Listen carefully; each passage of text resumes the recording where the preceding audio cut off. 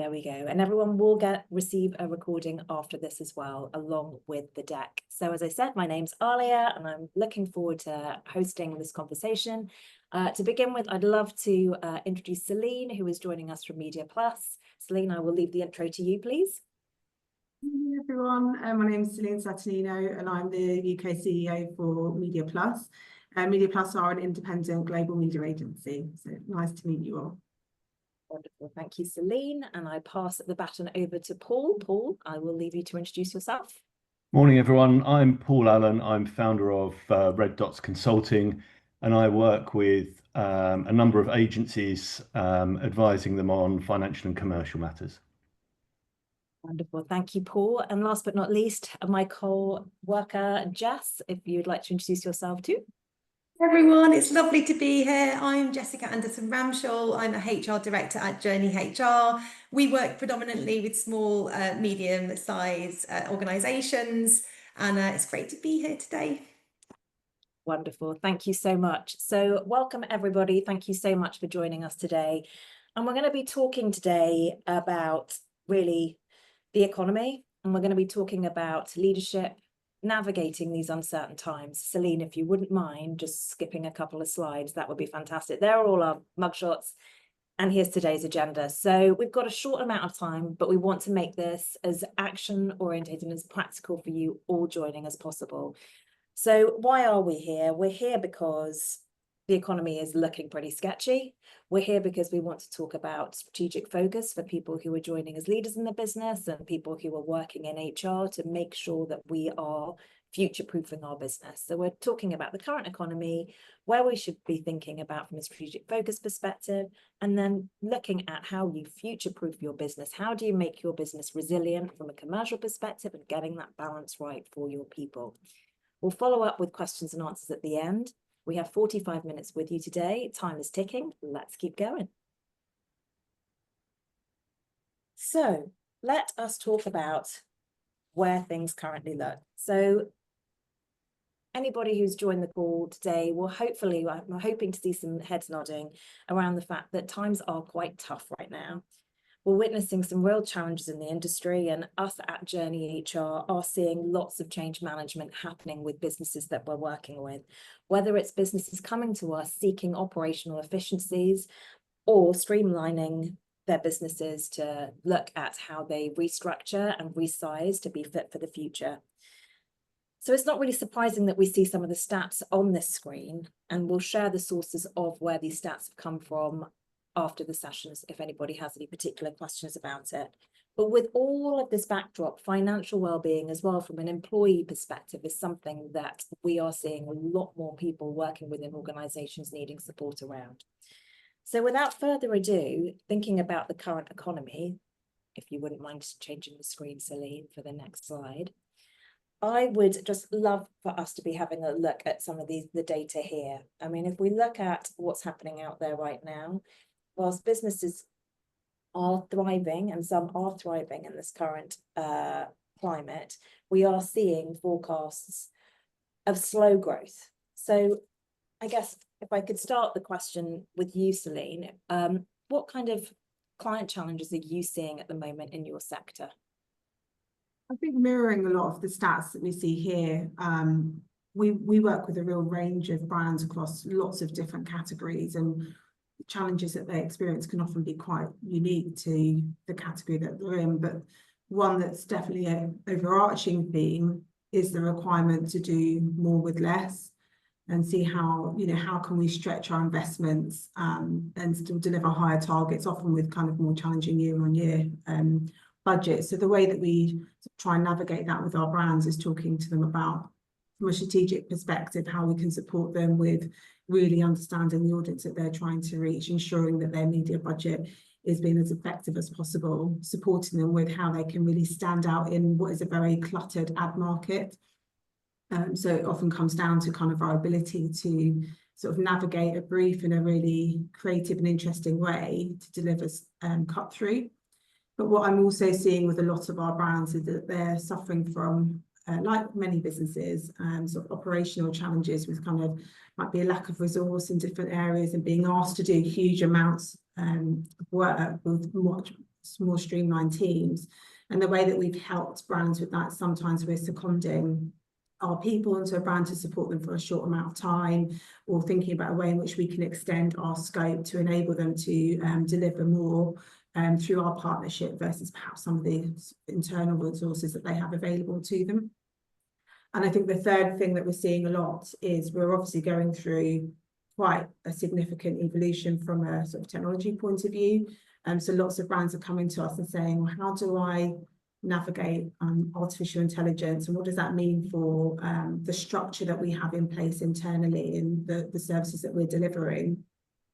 So we're starting to talk to our brands about things like understanding psychological safety and artificial intelligence, and how to develop a corporate strategy around AI before you get straight through to implementation of tools, which in advertising is where you often go straight away before you've thought about what does that mean for people and how do you bring them on the journey. So those are, I think, 3 key things that we're seeing across our brands that are quite common.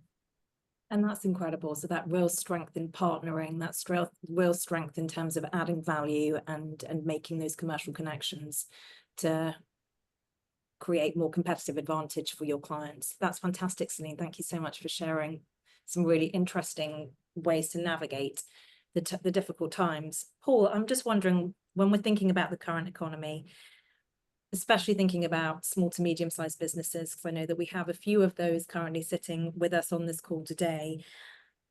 How can they get ahead of the curve financially? What advice are you sharing with your clients? I think it's since the beginning of 2024, really, we've been in a world of uncertainty, political uncertainty, and I think that's caused clients working with the agencies that I'm with to be really cautious. So things like budgets being pulled, winning pitches, but then not actually getting a campaign off the ground for 6 to 12 months.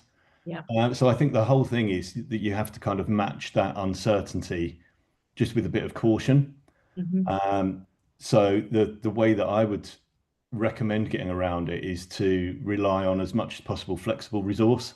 There's a lot of people out there at the moment, unfortunately, that have been made redundant through mergers or just the downturn where people have been let go because their agencies aren't hitting their numbers. So what I would encourage people to do is to use a bit of time, if you have some spare time now and capacity, just to build that black book of freelance support, so that as and when these projects land, you've got people there that you can call on to help you deliver the work. And I think in terms of staffing up, if you win a large retained account, for example, then absolutely staff up and resource against it. But I think in the short term, the key thing really is flexibility and resource for agencies, just to match some of that uncertainty that we're seeing with clients. Understood. That's so helpful, Paul. And I think from a recruitment perspective, things are definitely slowing down in the recruitment market for permanent members of staff, but on the freelance, it seems to be pretty buoyant still, which reflects what you're saying in terms of that businesses being able to leverage flexible talent as and when they need it. That's super helpful. Okay, fantastic. Let us, in the spirit of time, move on to strategic focus. So if we can move on to the next slide, we've got a lovely bicycle here. I'm not quite sure where the images match with strategic focus, but bear with us. Anybody who's worked with JourneyHR will know that we do love to use some random images, including pandas, which I don't think we've shared with you today, but we might leave it till the end.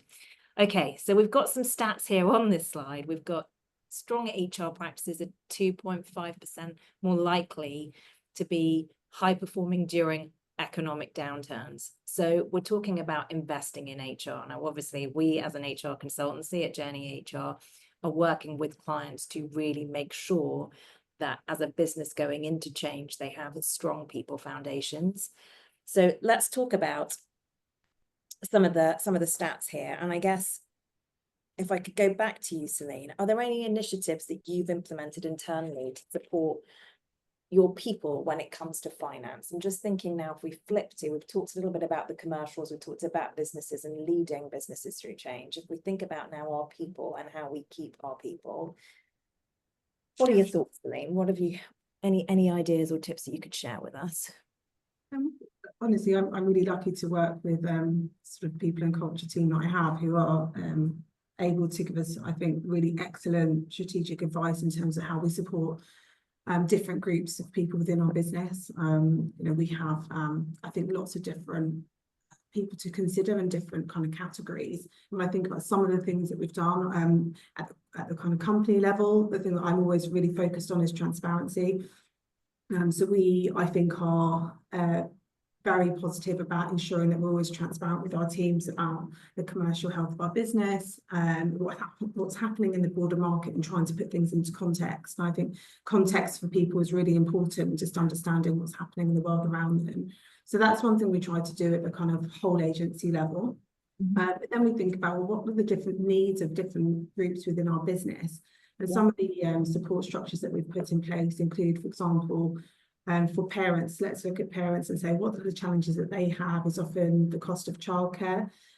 So our team have gone out to kind of look at things like nursery benefit scheme, where you have a salary sacrifice to kind of help support that, what is quite a significant outlay on a monthly basis. We're conscious of our location, so we're a London living wage employer. So we make sure that all of our both full-time staff, but also anyone who's working with us to deliver our service across the office, so any sort of external parties are also part of that. So ensuring that we're reflecting the cost of kind of working, living in London. Yeah. And some of our other benefits are supporting people around things like healthcare, pension, having not just having those benefits available, because I would say that, you know, having those is relatively standard, but I think people understanding them and understanding the value of those.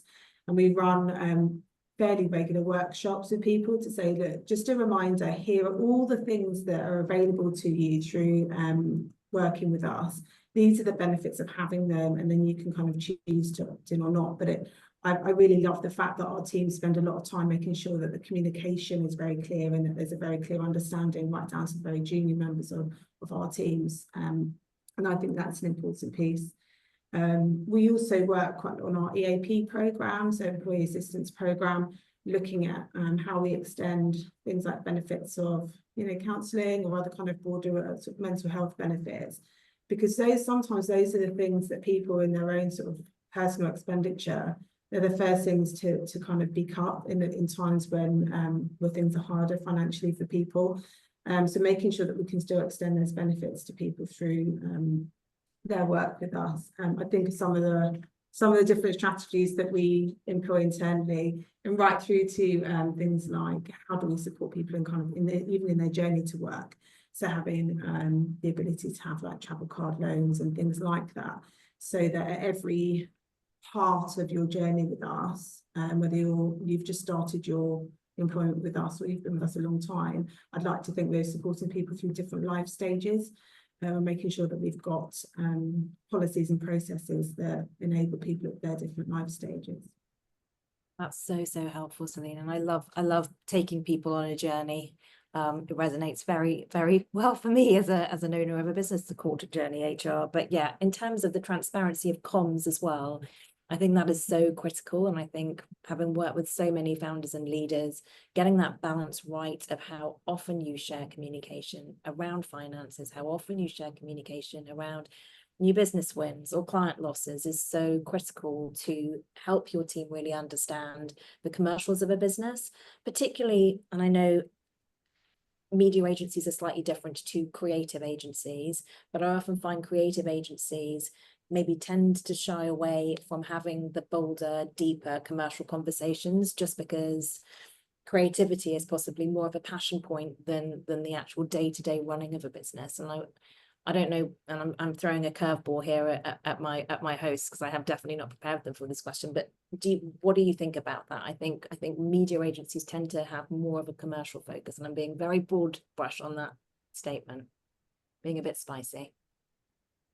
That for me? What's that for Jessica? It's for all of you, but Selene, you've gone first. I have to be honest, I haven't worked in a creative agency, so I certainly couldn't comment on the difference, but I have worked in a number of different media agencies, and I think even within media, there's a real disparity in terms of the frequency and the level of information that's shared.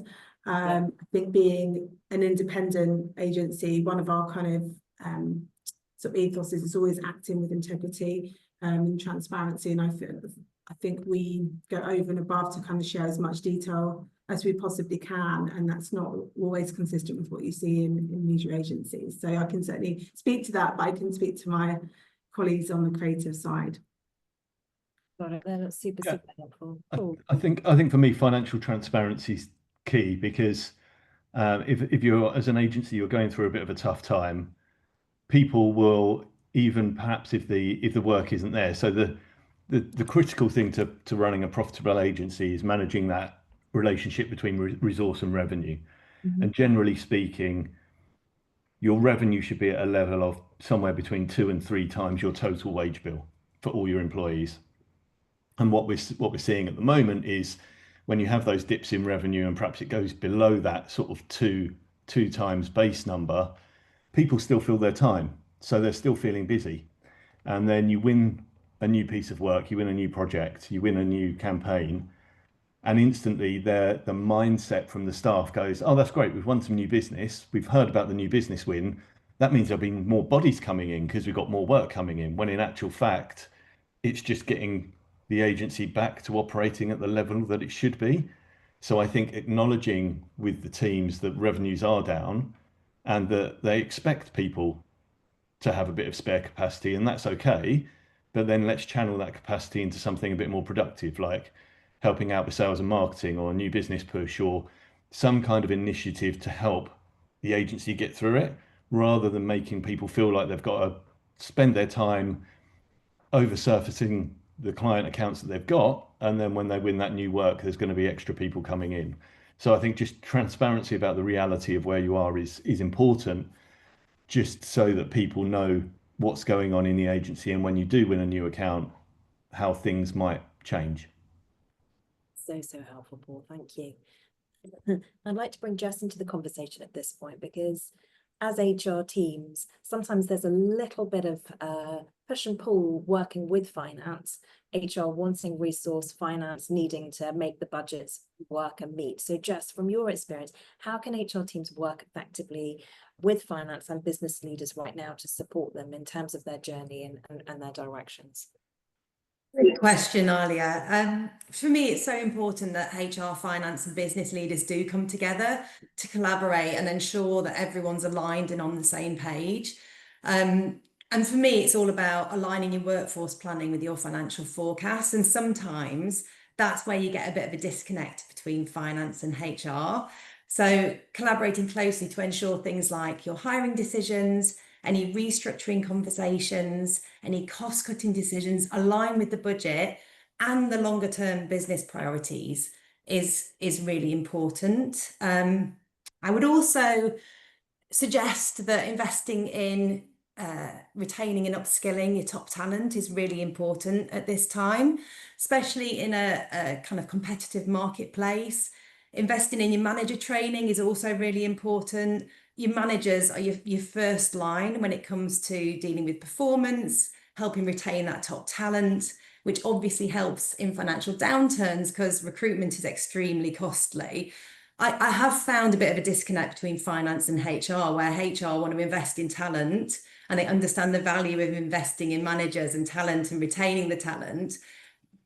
Training budgets are often the first ones to be cut. So just keeping that open communication between HR and finance there can be really important. And then many of our clients at the moment are asking us to conduct much deeper talent mapping. So looking at skills and capabilities required both now and in the future is really important. Really understanding with finance and your leaders who are the critical loss individuals, what are the skills that are critical to the business now and in the future. Going through that exercise now is really invaluable. It'll help you plan ahead when budgets need to be tightened, because you already know what skills you need in the future.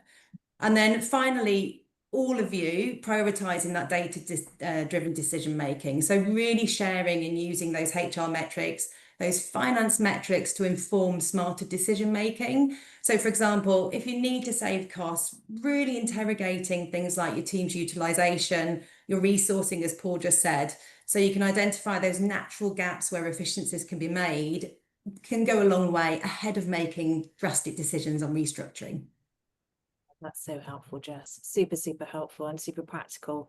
I think in the chat, I also know she's just talking about being transparent and communicating, just the importance of commercial training as well, which I think is a really, really valid and important point to raise, which not every agency I've ever worked with has done. So expecting people to be commercially savvy is one thing, but making sure they're equipped and understand things from the get-go is something we should all be thinking about too, just to help more accountability in the understanding of finances and understanding why businesses are making decisions and what the numbers mean. Yeah, just to build on that, I also think when it's quite new to people, it can be quite dangerous as well, because they can interpret it within their world rather than the bigger, wider business context. So kind of making sure that everybody's on the same page and they understand that balance has been super important for us. Yeah.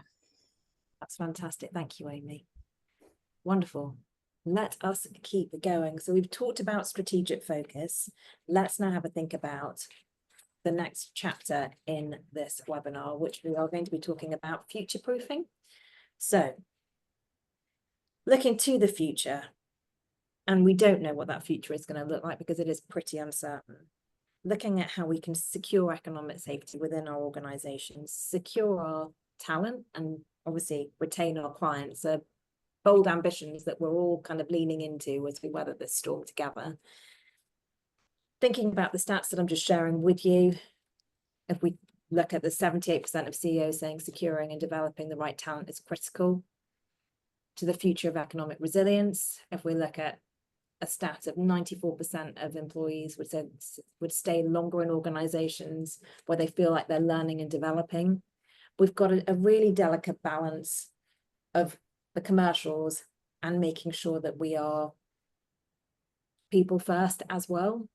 What comes first, people or commercials? It's a difficult balance that we all recognize and face and have to navigate on a day-to-day basis. So, Paul, if I could just go to you first, how can businesses balance the need to cut costs without the risk of stifling growth and innovation, as Jess kind of said, without kind of losing key talent, without shooting themselves in the foot during uncertain times?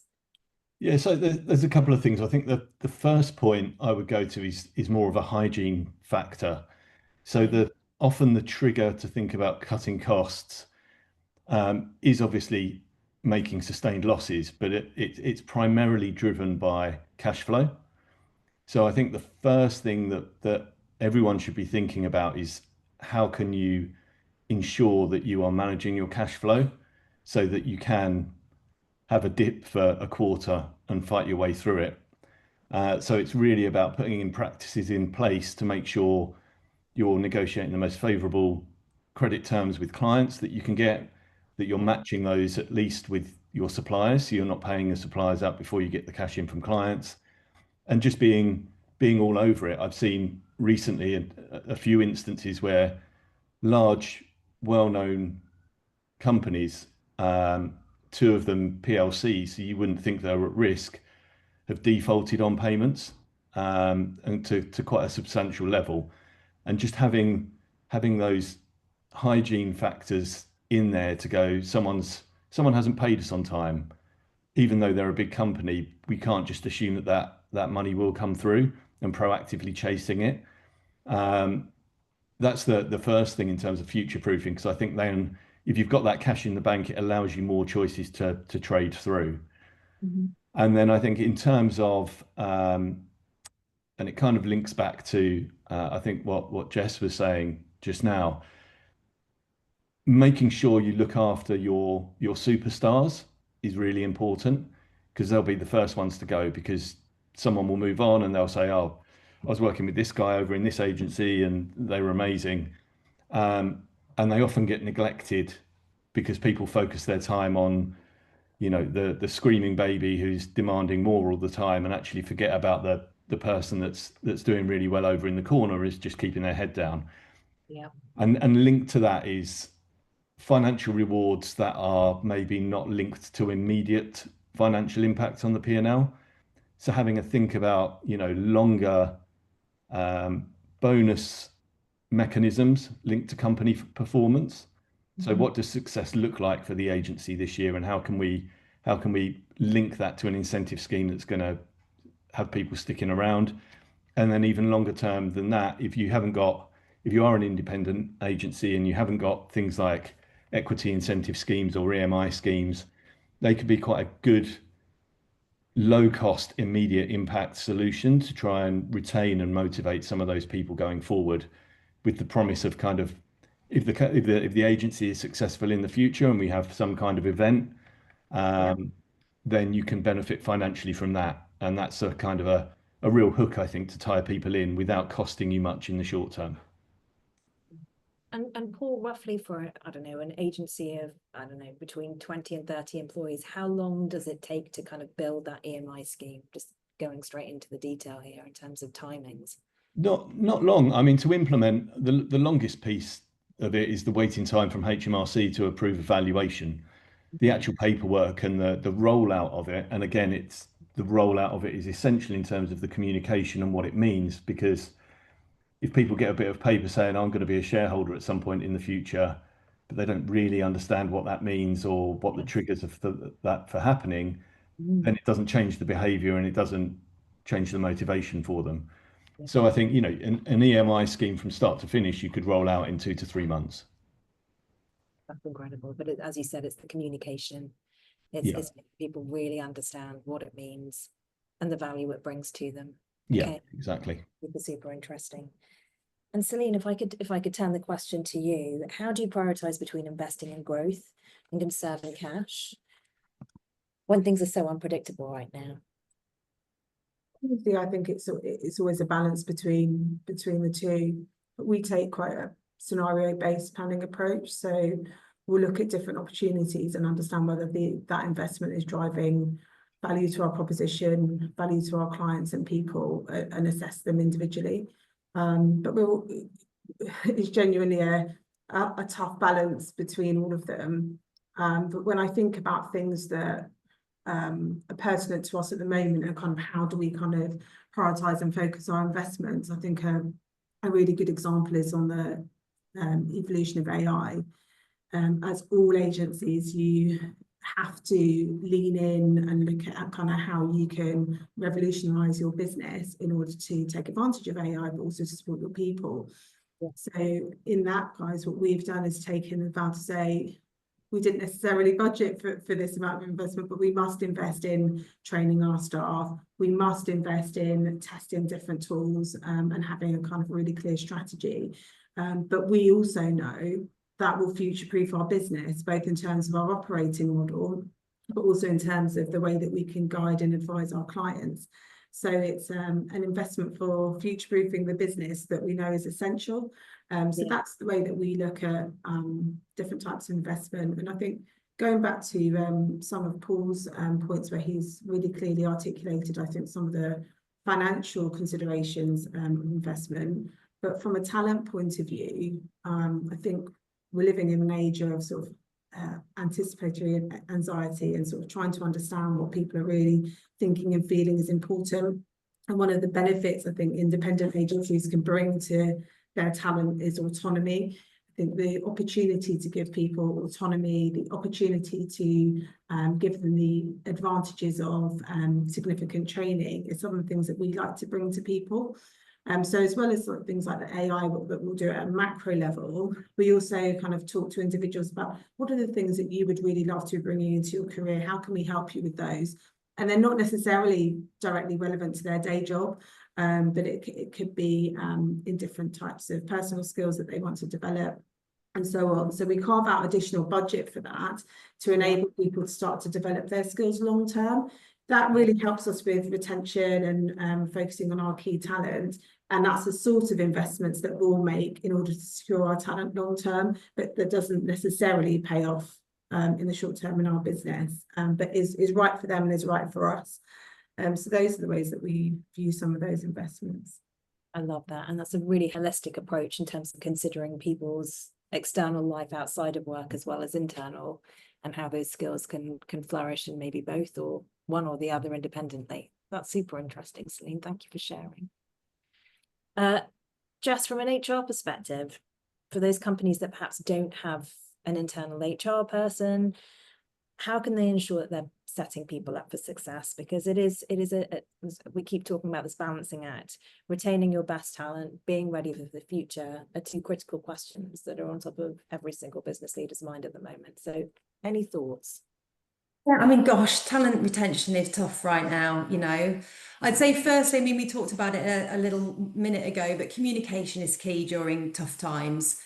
Silence creates fear, right? So keeping your employees informed with honest updates about company performance, goals, any changes, but also keeping that focus on stability and direction. So looking to the future, reinforcing the positives, reinforcing those long-term goals, and showing your people a clear plan to navigate those challenges is really important.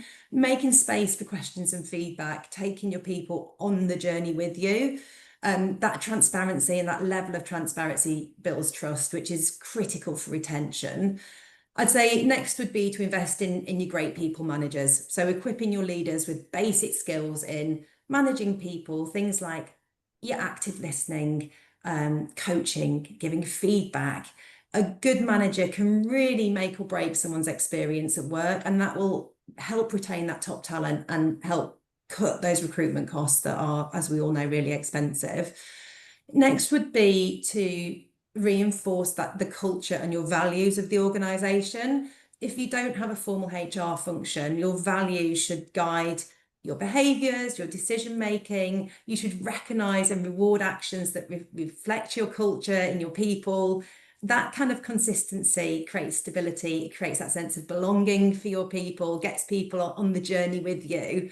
And that matters even more in tough times.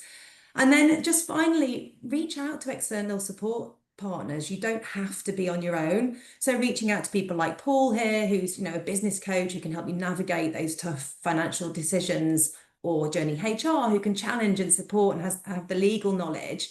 It can be a really lonely space being a founder or being a business leader. So those objective perspectives are really important. Agreed. And there's a strong sentiment that I share around making sure that we continue as business leaders to talk about our purpose. Why are we all here? It's such a connector, and it's something that sometimes just gets knocked off the conversation because we all just assume that we know why we're all doing what we're doing, and it really does set competitive advantage up in terms of why you should be within this organization. Our purpose is this, and it's different to agency X, who might be our competitor. So purpose is so important, especially with that sense of belonging. I think there's a lot of stuff going on in the world, and we spend so much time at work. People kind of are looking at work to be to some mechanism and escape, but that escape also currently is quite highly pressurized because we have limited resources in a lot of businesses, so people are working harder than they've had to. Selene, you've referenced clients expecting more of their agency partners in terms of adding value with less margins, less ability to really put as much money as they could as their marketing budgets are being slashed. So we're seeing lots of different dynamics of stress and pressure.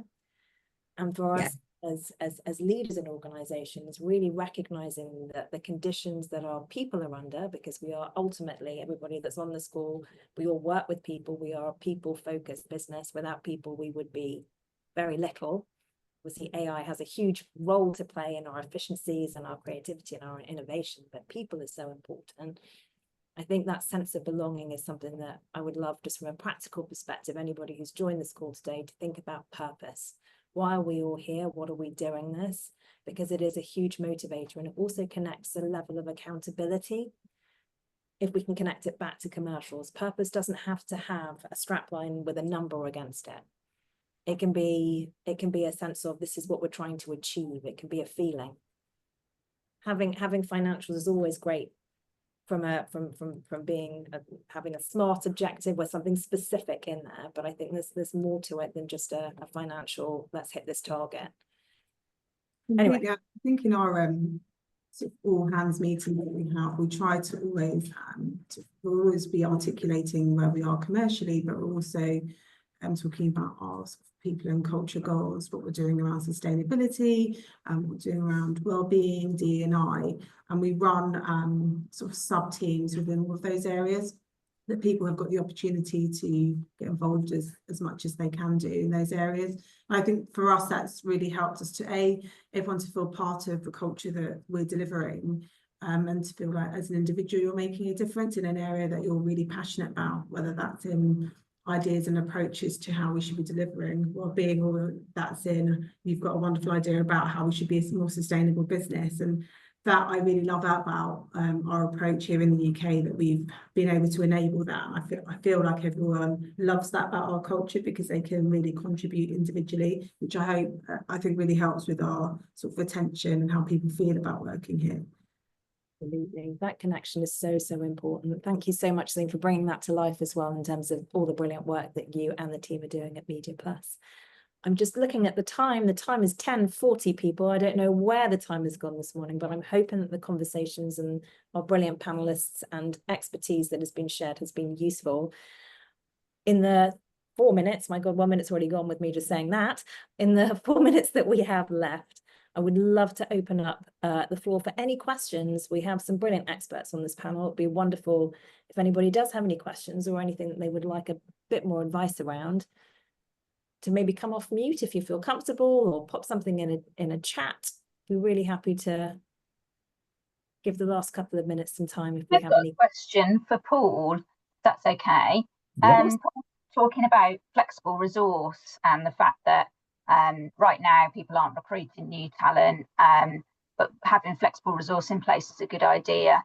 It's just something that I've seen kind of rising up the agenda, and there's a couple of really smart people creating benches of talent, because I'm a business owner myself and I work in a semi-freelance capacity, but I think it's really interesting kind of having those options, because it's not easy to just bring in a random freelancer that you don't know. There's a lot of kind of processes and company culture and all of that kind of stuff to understand. So yeah, I just wondered if you'd seen that trend and what you think a good process is for kind of building a bench. Yeah, I think it's an important trend, and I think some of the best agencies have been doing it for a while, and it's really about investing the time to build out that group of people. So it's constantly being on the lookout for conversations, for recommendations around, you need a producer, or you need an account manager, or whoever it might be, and having a black book, if you like, of 15, 20 people that you can reach out to. And in the sort of the gold standard, I guess, circumstances that I've seen is where you have an agreement with them already. So you've already done the negotiation on their rates. You've got everything contractually tied up, so you can literally just pick up the phone. You know them, they know you. You've taken them through your company handbook, or they understand what you're about as an agency, and then it's a really easy conversation to get them in. So if you've got 4 or 5 people on that sort of contract, then that's really useful, just in terms of being able to access that resource as and when you need it. But it does take time. And especially if you're talking to people where you're not currently looking for someone in that role. But I think meeting good people and having their details and building that relationship is always a really good thing to do. Super, super helpful, Paul. Anna, did that answer your question? Yeah, and I think it's getting even more sophisticated. Like, people are having proper onboarding processes, and almost thinking about it as an extension of the team. So I think that's going to be a trend that continues, especially with AI and the fact that that's only going to mean we've got people and agents, and we're trying to restructure an organisation, and how do we be nimble and adapt to what's going on. So I think it's a really interesting trend. Thanks, Paul. Yep. Thank you.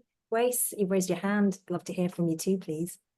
Thank you so much, and thank you all. This has been so helpful. My name is Grace Wester, and I'm with the Autonomy Institute, and we are a small to medium-sized organization. Definitely lots of pieces here that have been really relevant to kind of what we need and what we're seeing for ourselves. I guess I was curious in terms of the aspects around retaining talent and kind of limited budgets. The role is something that we do and kind of we have internally for our team as well, as have a shorter working week and reduced working time, but for the same pay.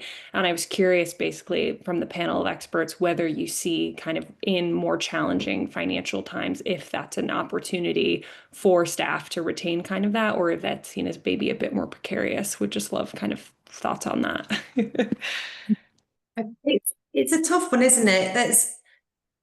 There's a mental health crisis at the moment, and that's really clear. You see it in all kinds of surveys. The All In Census recently reported really high numbers of people recording themselves as being poorly. So the more you can support your people and give them flexibility and kind of allow them a bit of time to rest and recoup, so that when they are working, they're giving it them all. There's bags and bags of evidence supporting that and that lots of big organizations are moving to a 4-day week, right? So I think if the business can afford to do it, and if it works for your people, and if productivity remains high, I think you've got to do what works for your organization, but it's not one shoe fits all. It might work for you, it might not work for other people. I think speaking from a media agency point of view, it's very challenging. I think the requirements of our brands, the way they like to operate, makes it very difficult, I think, to start to operate a sort of a lesser working week and still deliver the sort of service that they expect. So I think we've looked at it a few times and thought we would love to be able to do that, but it definitely feels operationally too hard. We've kind of, the other opportunities that we have brought to the business that are easier for us to make work, but not quite the same, are core hours. So we have core hours of 10 till 4, and you can operate your contracted hours around those. Flexible working in terms of number of days in the office and having no fixed days, so you don't need to be on a particular day. And then during the summertime, we have sort of slightly shorter hours at the end of the week. And those sorts of things have been easier for us to implement and hopefully allow people to have flexibility, but it's very difficult to move to more of a 4-day week. Is hard in media anyway. Thank you, Selene. Thank you, everyone. Lovely to have met you, Grace. Thank you for joining the conversation.